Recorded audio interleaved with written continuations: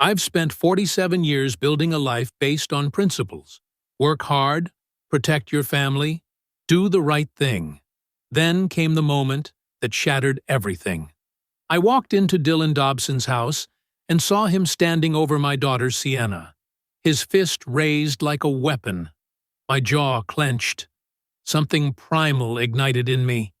Not just rage, though God knows there was plenty of that, but a cold, crystalline clarity. This wasn't about stopping him in that moment. This was about making absolutely certain Dylan would spend the rest of his miserable life regretting the day he decided Sienna was someone he could brutalize. If you've ever loved someone who's been hurt by a person they trusted, you know that feeling. That bone-deep knowledge that mercy isn't justice. It's just letting evil win. My name is Michael Morrison, and I'm 47 years old. I wasn't interested in mercy. But let me start from the beginning. Before I go any further, let me know in the comments where in the world you are watching from, and make sure to subscribe, because tomorrow I will share a story you don't want to miss. The spare key to Sienna and Dylan's house had been sitting in my desk drawer for 2 years, given to me for emergencies. I pulled it out that Thursday afternoon, the metal cold against my palm. I never imagined I'd use it like this. Sienna had missed our weekly dinner for the 3rd time. Each excuse sounded more hollow than the last. Work emergency, not feeling well, maybe next week. But it was her voice that got to me. That flat, careful tone. I'd spent 25 years in corporate management reading people, and I knew when someone was performing normalcy while drowning inside. I made the 20-minute drive to their suburban rental. My gut screamed at me the whole way. I knocked first. No answer. Used the key. The moment I stepped inside, I heard it. Sienna's voice, high and frightened. "Dylan, please, I said I was sorry." Then the unmistakable sound of flesh hitting flesh. My chest tightened. I moved faster than I had in years. Their bedroom door was half open, and there he was, Dylan Dobson, the charming insurance broker who'd swept my daughter off her feet 4 years ago, standing over Sienna where she'd crumpled against the wall. Her lip was bleeding. His fist was still clenched. "You stupid bitch! I told you I needed that report printed before. Get away from her!" My voice came out like gravel. "Right now!" Dylan spun around. For just a second, genuine fear flickered across his face. Good. He should be afraid. "Michael, this is between me and my wife." "Your wife?" I stepped fully into the room, positioning myself between him and Sienna. "You mean my daughter? The woman you just assaulted in front of me? You don't understand. She's been—" "I understand perfectly." I cut him off, my voice dropping to something quieter and infinitely more dangerous. "I understand you're a coward who hits women. I understand you've been doing this for a while, haven't you? The missed dinners, the long sleeves in summer, the way she flinches when you move too fast." Dylan's face flushed red. "You need to leave my house." "Your house?" I almost laughed. "This is my daughter's sanctuary, and you've turned it into a nightmare. But that ends today. Sienna, get your things. You're coming with me." "Dad, Sienna's voice cracked. "Not up for discussion, honey." I kept my eyes locked on Dylan. "And you stay exactly where you are. Don't even think about following us." Dylan took a step forward, trying to reclaim some masculine dominance. "You can't just take her. She's my wife, and this is none of your—" "I just watched you commit battery." I pulled out my phone, my jaw tight. "In California, that's a felony if there's visible injury, and her lip is bleeding. So here's what's going to happen. I'm going to take photos of her injuries. Then we're leaving. If you attempt to stop us, I'm calling the police, and you'll be arrested within the hour. If you try to contact her, I'm filing for a restraining order. And if you think for 1 second that you can intimidate me the way you've been intimidating her, understand this. I've been destroying men like you in boardrooms for 25 years. You're an insect, Dylan. And I'm about to teach you what happens when insects crawl where they don't belong. His jaw clenched. This is between married people. You have no right. I have every right. I'm her father. And I just watched you assault her. I moved closer, letting him feel the full weight of my rage barely contained beneath a veneer of control. You want to hit someone? Try me. Please. Give me a legal reason to put you on the ground. He looked at Sienna, then back at me. Something desperate crept into his voice. Sienna, baby, tell him. Tell him this was just a misunderstanding. Don't you dare speak to her. I positioned myself fully in front of her now. Sienna, I'm taking photos. Then we're packing a bag. Then we're gone. 30 minutes from now, you'll never have to hear his voice again unless it's in a courtroom. Michael, you're making a huge mistake. Dylan tried again, his voice shaking. I love her. We can work through this. Every marriage has problems. Every marriage doesn't have bruises, I shot back. Every marriage doesn't have a wife afraid in her own bedroom. You had a good woman, and you brutalized her. There's no working through that. There's only consequences. I took the photos, clear shots of Sienna's split lip, the redness on her cheek, the finger-shaped marks on her upper arm. Dylan stood there, watching his control dissolve. I helped Sienna pack a suitcase, never letting him out of my sight. When we headed for the door, he followed us, his voice rising. You can't do this! Sienna, don't let him manipulate you. I said I was sorry, didn't I? I turned at the doorway. You'll be hearing from her attorney. Don't call her. Don't text her. Don't come near her, because every time you try, I'll document it. And when we get to court, I'll bury you with evidence until you lose everything. Your reputation, your career, your freedom if I can manage it. Do you understand me? He stood in the doorway of that rental house, looking smaller than I'd ever seen him. This isn't over, he muttered. You're right, I said. It's not. It's just beginning. Sienna sat in my guest room that first night, holding an ice pack to her face, and I saw something I hadn't seen since she was a child. Complete vulnerability.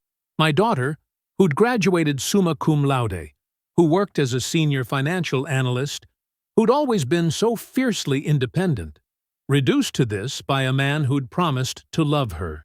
How long? I asked gently. 8 months. Her voice was barely a whisper. It started small, shoving, grabbing too hard. Then the first slap. He always apologized after, said he'd never do it again. They always say that, don't they? The pattern's so predictable it's almost scripted. I remembered my father once telling me that a man who raises his hand to a woman isn't a man at all. He's a coward in a man's shape. I'm going to ask you something, and I need you to be honest. Do you want to go back to him? No. The answer came fast, certain.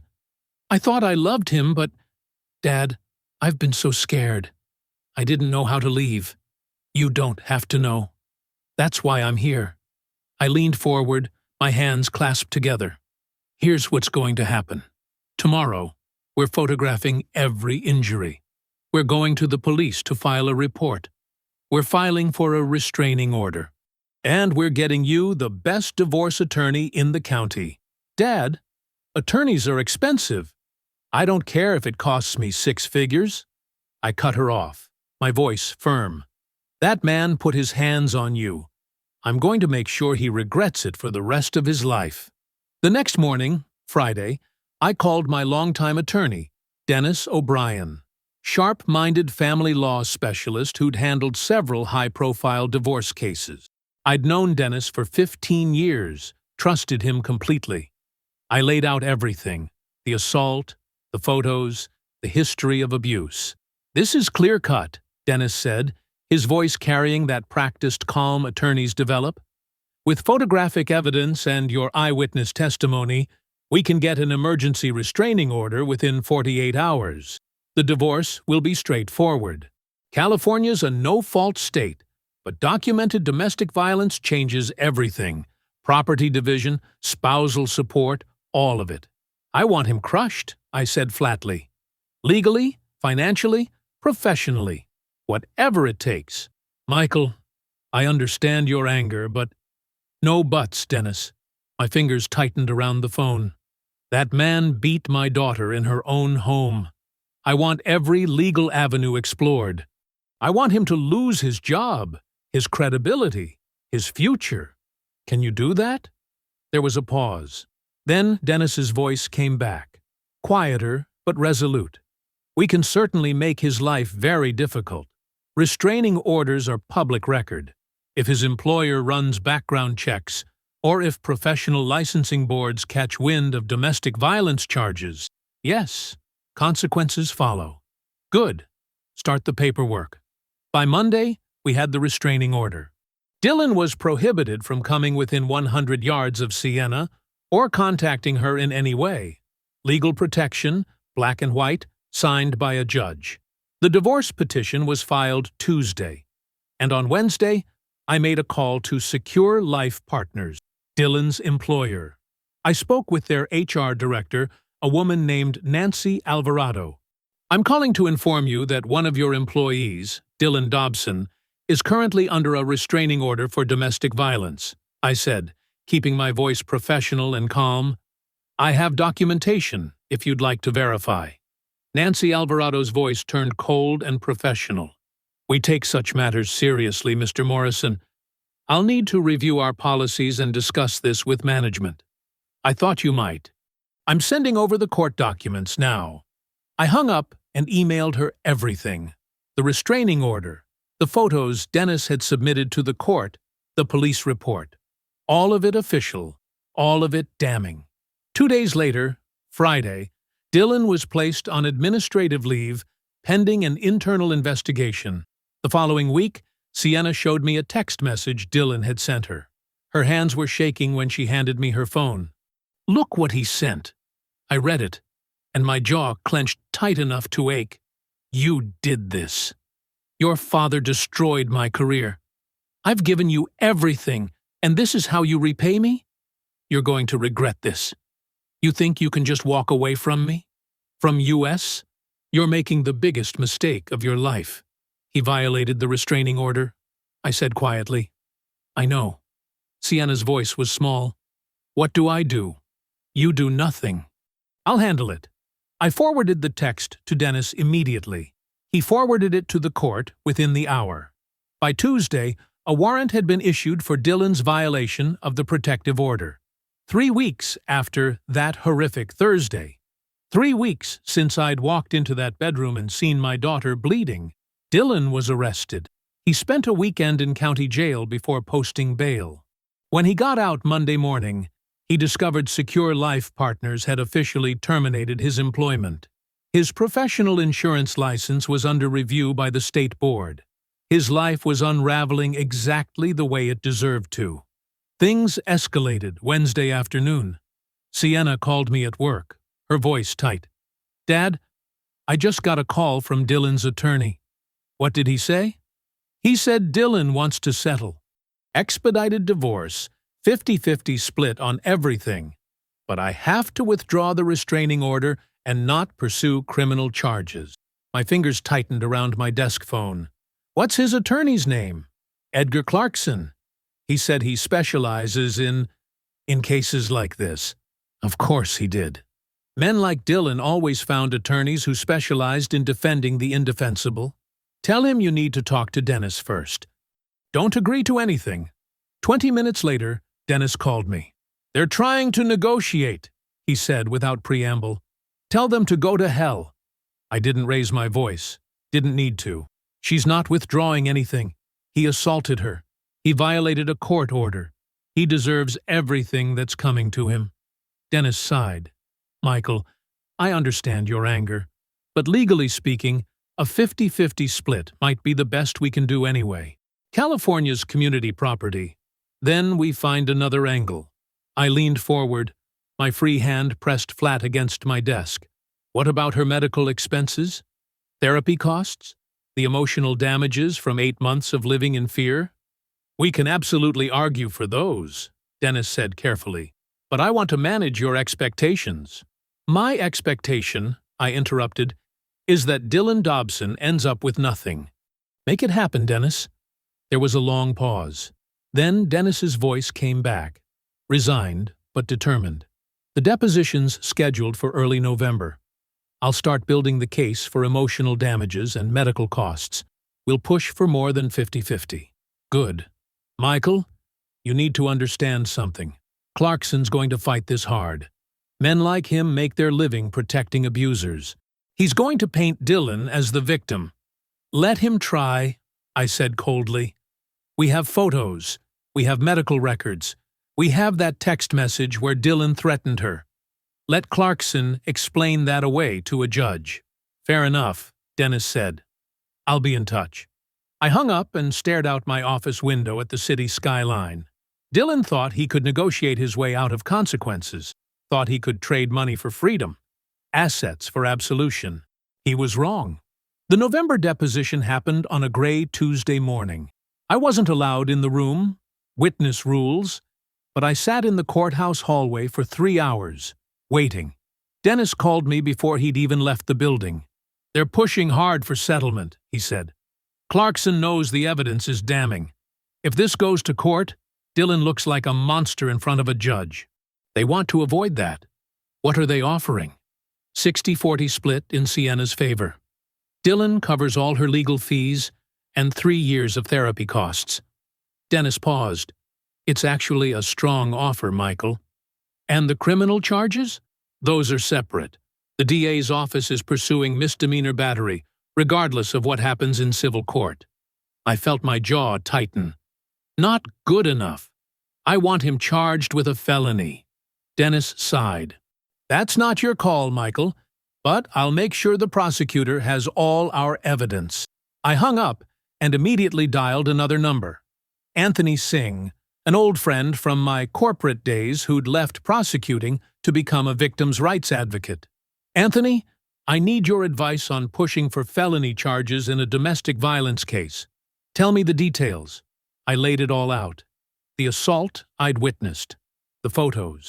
The restraining order violation. Visible injury plus violation of protective order? Anthony's voice sharpened.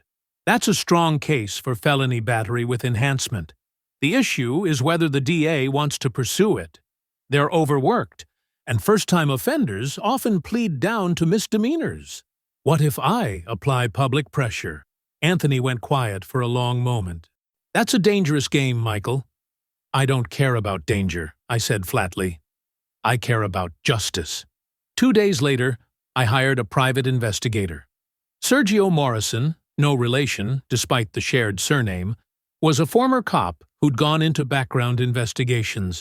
I'd used him once before for corporate due diligence. He was thorough, discreet, and didn't ask unnecessary questions. I need everything you can find on Dylan Dobson, I told him. Employment history, financial records, criminal background, everything. What Sergio found was explosive. He called me a week later. This guy's a ticking time bomb. Your daughter wasn't his first victim. My hand tightened around the phone. Explain. 6 years ago, Dylan was accused of assault by a previous girlfriend. She filed charges, then declined to testify. Case was dropped. Before that, he was fired from 2 previous jobs for workplace conduct issues. Companies won't elaborate, but reading between the lines, it's harassment. And here's the kicker. He's got gambling debts. Nearly $40,000 spread across various online betting sites. I felt something cold and sharp settle in my chest. Can we use this? In court? Some of it. The prior accusation might be admissible depending on the judge. The gambling debts definitely paint a picture of instability and financial irresponsibility, and it proves he's been hiding liabilities from his wife. Send me everything. I forwarded the entire file to Dennis within the hour. This changes things, I said when he called back. It absolutely does. Dennis's voice carried new energy. I'm amending our divorce petition to include evidence of financial irresponsibility. The gambling debts mean he's been hiding assets and racking up liabilities. We can argue Sienna should be held harmless for his debts. When's the court date? January. Judge Gutierrez's calendar just opened up. Dylan's life continued its freefall through November and December. His insurance license was officially suspended pending the outcome of criminal charges. Without a license, he couldn't work in his field. According to Sergio's follow-up report, Dylan had moved back in with his parents, 34 years old, crawling home in disgrace. I felt no sympathy whatsoever. The call came 2 weeks before Christmas. The DA's office wanted to offer Dylan a plea deal. Misdemeanor battery, 12 months probation, anger management classes, no jail time. I called Assistant District Attorney Larice Brady myself. That's not acceptable. Mr. Morrison, I understand your frustration, but our resources… Your resources? I cut her off, my voice harder than I'd intended. A man beat my daughter. He violated a restraining order. He has a prior accusation of assault from 6 years ago. And you're going to let him walk with probation? Your resources? I cut her off, my voice harder than I'd intended. A man beat my daughter. He violated a restraining order. He has a prior accusation of assault from 6 years ago. And you're going to let him walk with probation? It's not walking, Larice said, sounding tired. Misdemeanor battery is still a conviction. It goes on his record. It's a slap on the wrist. My hand tightened around the phone. I want felony charges. I want prison time. She exhaled slowly. Mr. Morrison, I can't promise that. But I'll talk to my supervisor about pushing for felony battery. No guarantees. Make it happen. 2 weeks later, Larice called back. We're offering felony battery with a suspended sentence, she said. He'd get 2 years probation, 500 hours community service, mandatory counseling, and a permanent felony on his record. If he violates probation even once, he goes to prison. What about jail time now? Mr. Morrison, with the overcrowding… Fine, I forced the word out, but I want every condition ironclad. And I want him to allocute. I want him to stand in front of a judge and admit what he did. That's part of the plea, Larice confirmed. He has to. Good. January came cold and gray. The divorce hearing was scheduled first. When Sienna and I walked into the courthouse that morning, she looked stronger than she had in months. Therapy had helped. Staying with me had helped. She'd been rebuilding her confidence piece by piece. Dylan was already there with Edgar Clarkson, looking haggard and desperate. His eyes darted to Sienna, then away when he saw me watching. Judge Carly Gutierrez, a no-nonsense woman in her 50s, reviewed the evidence quickly. Mr. Dobson, do you contest the documented assault? Edgar stood. Your Honor, my client deeply regrets. I asked Mr. Dobson. Judge Gutierrez's voice was sharp. Does he contest the evidence? Dylan's voice was barely audible. No, Your Honor. Then let's move to asset division. Ms. Morrison is seeking a 70-30 split in her favor, citing emotional damages, medical expenses, and the respondent's financial irresponsibility, including undisclosed gambling debts totaling $40,000. Edgar tried to object, but Dennis had the documentation. Bank statements, betting site records, all of it laid out in perfect detail. Judge Gutierrez was unimpressed. Mr. Dobson, you hid significant liabilities from your spouse while engaged in domestic violence. I'm ruling 70-30 in Ms. Morrison's favor. You will also cover all legal fees, 3 years of therapy costs, and an additional $25,000 in compensatory damages. The restraining order remains in effect for 5 years. This marriage is dissolved. Dylan looked like he'd been gut-punched. Your Honor, I can't afford… Then you should have considered that before assaulting your wife. Next case. We walked out of that courtroom, and I felt the first real breath of satisfaction. Sienna squeezed my hand. "Dad, thank you. We're not done yet." 2 weeks later, we were back in the same courthouse. Different judge. Dylan stood before Judge Von Alvarado, a stern-faced former prosecutor with a reputation for harsh sentencing in domestic violence cases. The plea agreement was read aloud. Felony battery, 2 years probation, 500 hours community service, mandatory counseling, permanent felony record. "Mr. Dobson," Judge Alvarado said, "before I accept this plea, I want to hear from you. Tell me what you did." Dylan glanced at Edgar, who nodded. I struck my wife, Sienna Morrison, during an argument. You struck her?" The judge's voice was sharp. "Is that the extent of it?" "I hit her in the face, and I grabbed her." "And why did you do this?" "I was angry. I lost my temper." Judge Alvarado repeated the words slowly, deliberately. "You lost your temper. So you decided to assault a woman who trusted you. And then, after a restraining order was issued, you violated it by contacting her, correct?" "Yes, Your Honor." "Mr. Dobson, I want you to understand something. I've seen 100 men like you stand in this courtroom. Men who think anger is an excuse. Men who believe their wives are property. I'm accepting this plea, but understand, you violate one term of your probation, you're going to prison. Do you understand?" "Yes, Your Honor." "Then this court accepts the plea. Felony battery, 2 years probation, 500 hours community service, and, Mr. Dobson," Judge Alvarado leaned forward, "if I ever see you in my courtroom again, you won't walk out." Dylan's life disintegrated rapidly after that. With a felony conviction, his insurance license was permanently revoked. He couldn't work in his field. He'd burned through his savings on legal fees. His parents, according to Sergio's latest report, were barely speaking to him.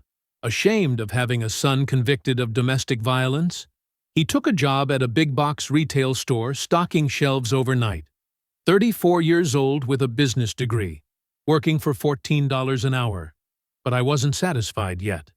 I learned through Sienna's friends that Dylan was telling people he was the victim, that I'd manipulated Sienna, that the charges were exaggerated, that he was planning to clear his name.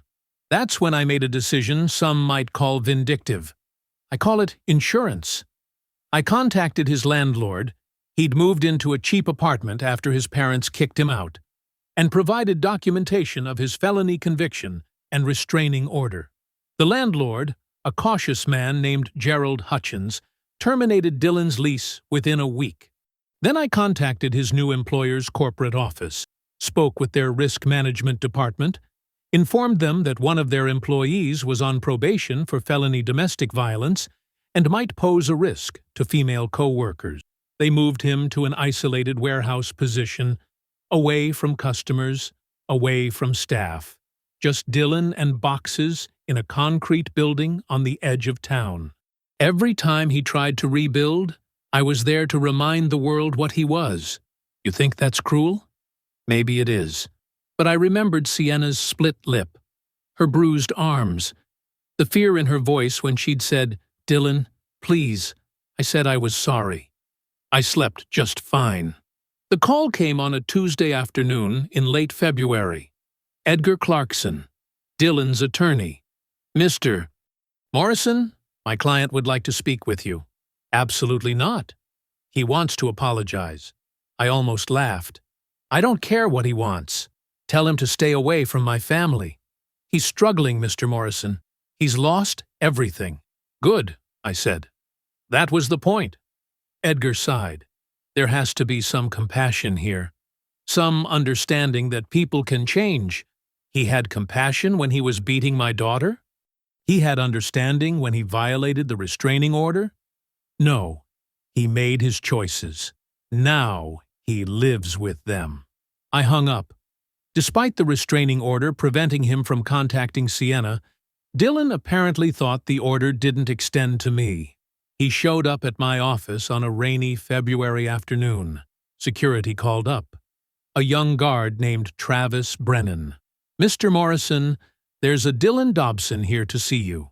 Should we send him up?" "Call the police. He's in violation of a restraining order." "Sir, he says the order only covers your daughter. I'm a witness in the case." I cut him off, keeping my voice calm and clear. "He's attempting to intimidate a witness. Call the police now." "Yes, sir." 10 minutes later, I watched from my office window as 2 officers escorted Dylan out in handcuffs. He was screaming. I couldn't hear the words through the glass, but I could read his lips well enough. "You ruined my life. This isn't over." The officers shoved him into the back of their cruiser. He kept shouting, face red, veins standing out on his neck. I turned away from the window. The violation meant an automatic probation violation hearing. That evening, my phone rang. Larice Brady.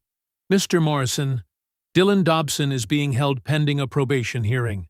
His attorney is claiming he didn't understand the terms of the restraining order." "He understood perfectly," I said, keeping my voice level. "He was trying to intimidate a witness." "I agree. And the judge is likely to revoke his probation and impose the suspended sentence. He's looking at 2 years in county jail." "Good." There was a pause, a long one. "Mr. Morrison, I have to ask, are you satisfied yet? This man's life is destroyed." I thought about Sienna's split lip, the way the blood had run down her chin, the bruises on her arms shaped like fingers, the fear in her eyes when she'd whispered, 8 months.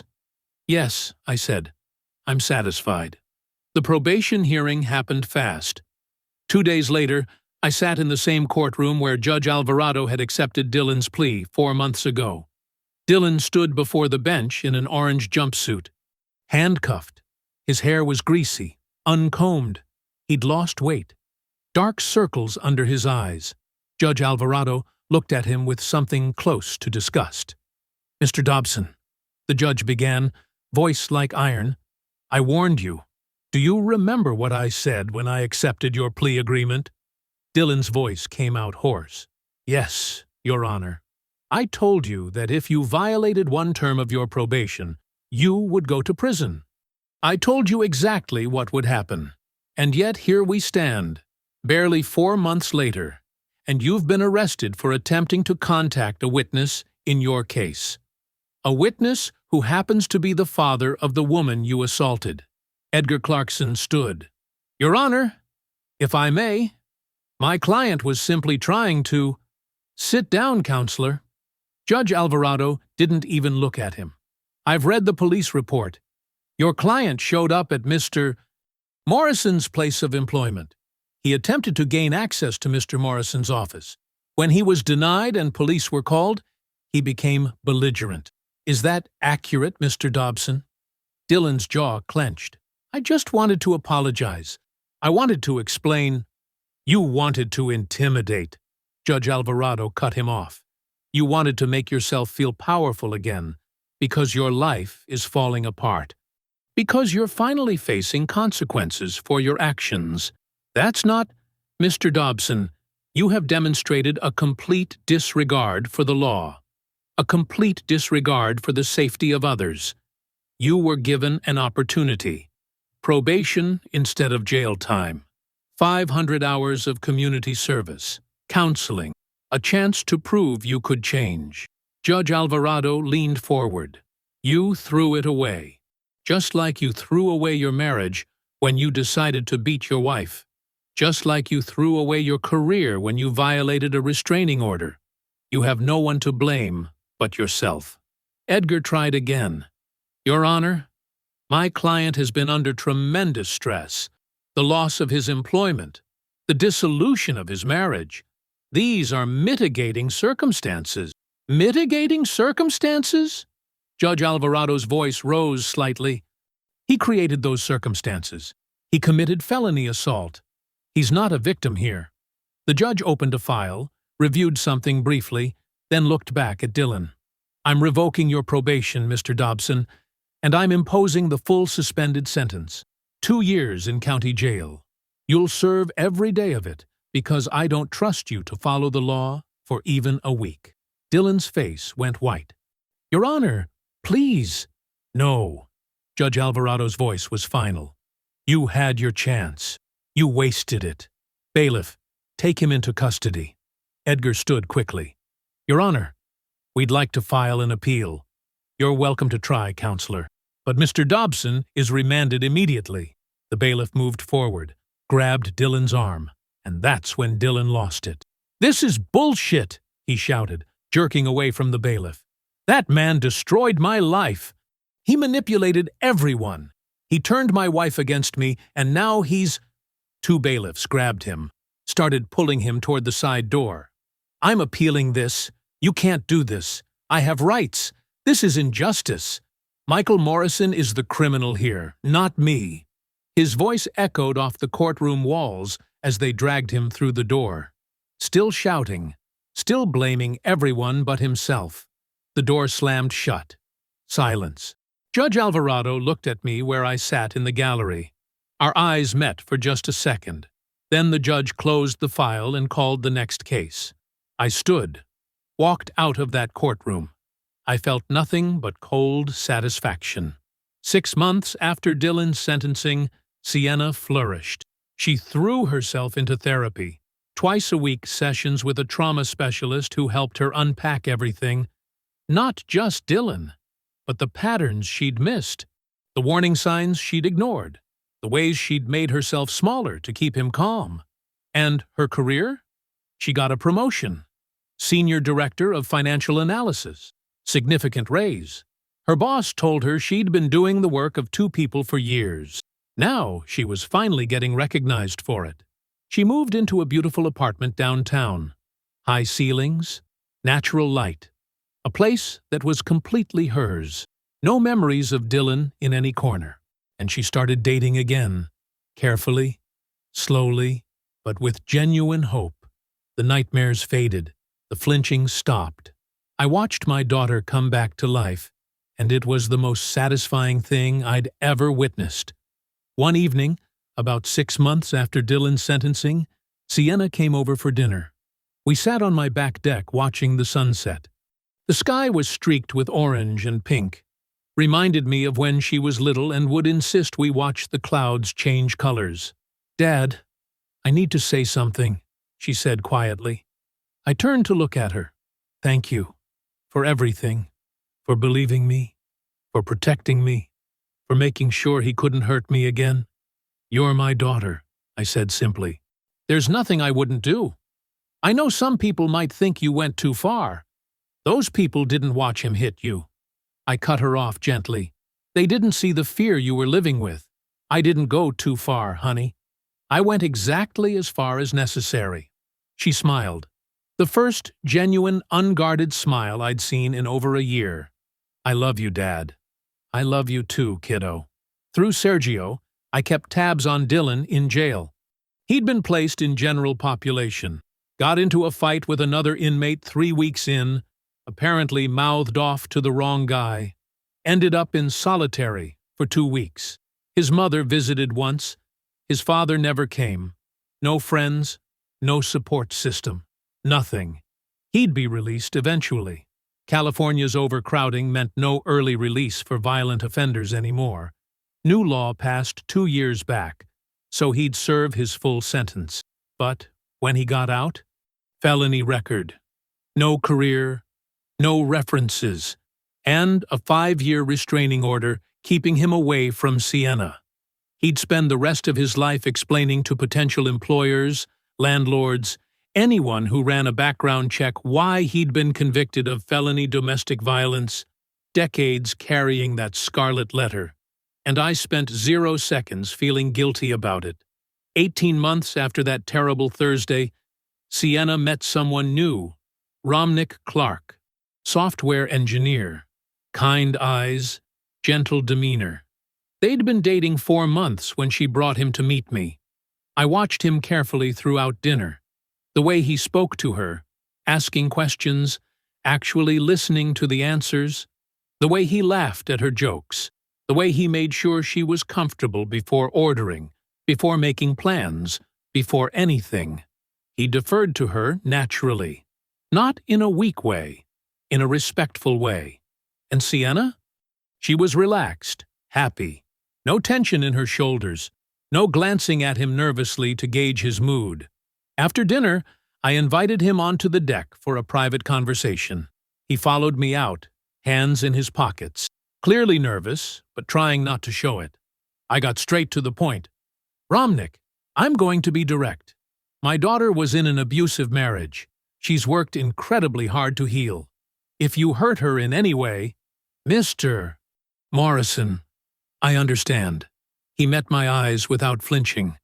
Sienna told me what happened, what she went through, and what you did to protect her. I respect it, and I promise you, I would never raise a hand to her. I'm not that kind of man. Good, because if you were, you'd discover exactly what kind of man I am. He nodded seriously. I believe you. I stood there on the deck, letting the weight of my words settle between us. Romnick didn't look away, didn't fidget, just held my gaze with quiet certainty. I mean it, I added. Sienna's been through hell. She's rebuilt herself piece by piece. And if anyone tries to tear her down again, they'll answer to me. I understand, Mr. Morrison. His voice was steady. Sienna told me everything.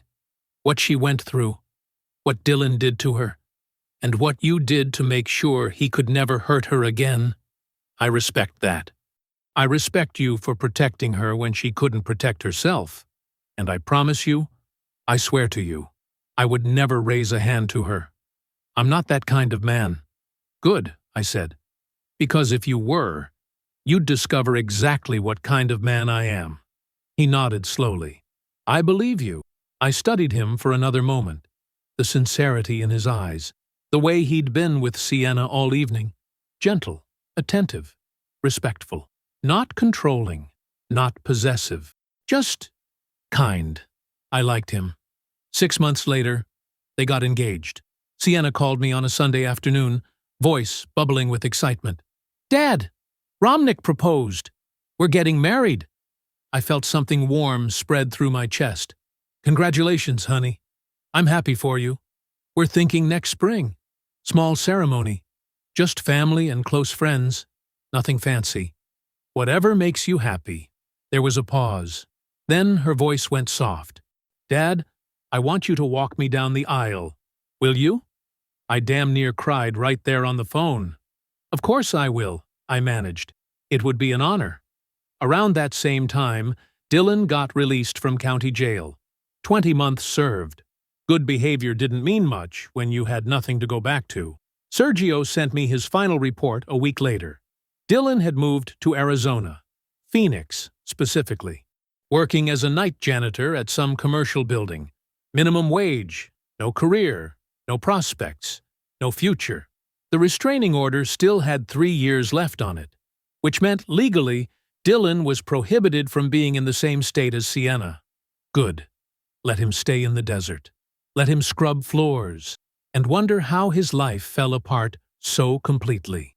Meanwhile, Sienna was thriving, happy, successful, in love with a good man who treated her the way she deserved. People sometimes ask me if I regret it, if I think I went too far in destroying Dylan's life so completely.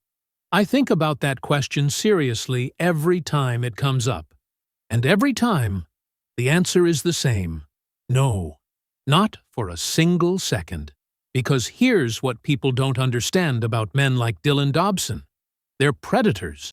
They choose victims they think are weak, isolated, or too ashamed to fight back. They rely on silence and fear to protect them. I refused to be silent. I refused to let fear win. Did I use every resource at my disposal to crush him? Absolutely. Did I make sure he lost his career, his freedom, his future? Without hesitation. Because Dylan didn't just hit my daughter once in a moment of anger. He'd been terrorizing her for 8 months. Shoving her, grabbing her, slapping her, breaking her down piece by piece until she was too scared to leave. And if I hadn't walked in that Thursday afternoon, how much worse would it have gotten? Would he have put her in the hospital? Would she have ended up like the women you see on the news? The ones whose husbands just snapped one day and killed them? I wasn't about to find out. Dylan's life is ruined because he ruined it himself. I just made sure he faced the consequences. My daughter is safe. She's happy. She's loved. And Dylan? He's exactly where he belongs. Forgotten. Powerless. Paying for his crimes every single day. Some people call that revenge. I call it justice. And I sleep soundly every night knowing I'd do it all again in a heartbeat. I believe stories such as this find us for a reason. If this one touches you, please subscribe. I share a new one every day. In the meantime, there are 2 stories on the screen that are even better.